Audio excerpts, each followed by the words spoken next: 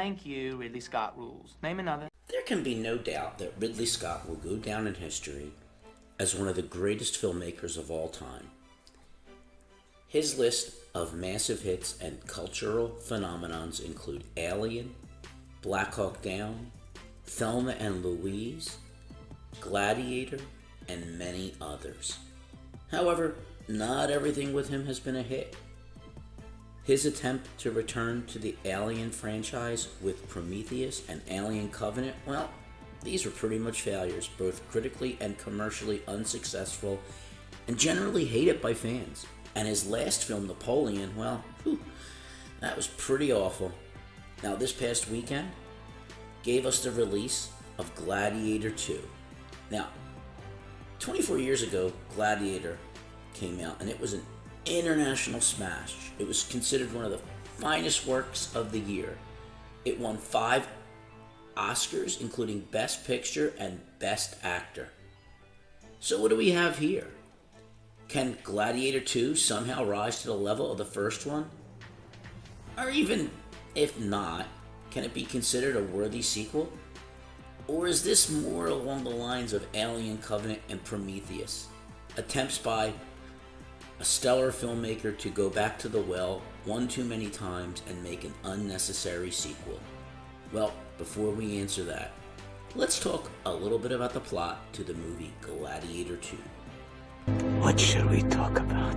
So it's 16 years after the death of Marcus Aurelius, and Rome is ruled by corrupt twin emperors Geta and Caracalla.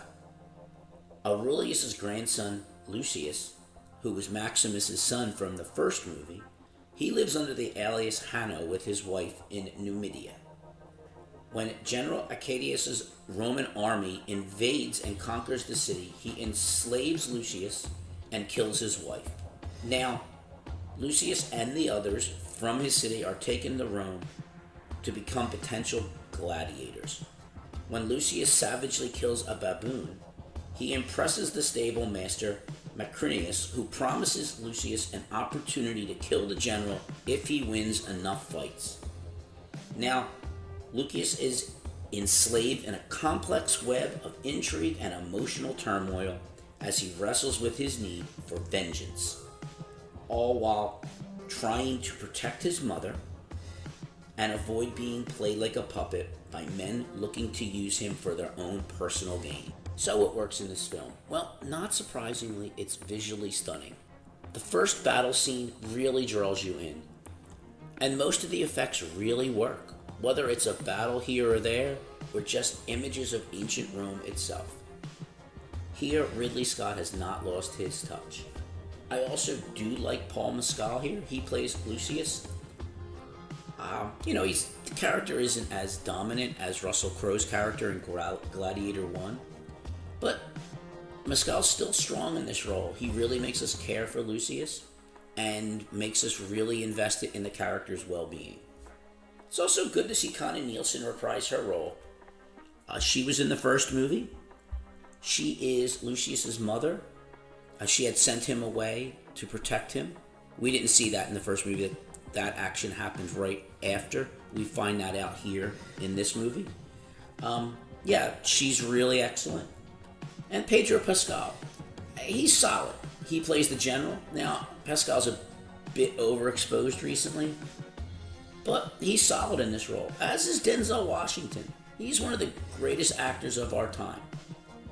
He does the best he can with the part he's given. It's not his strongest performance, but solid Denzel is still better than most.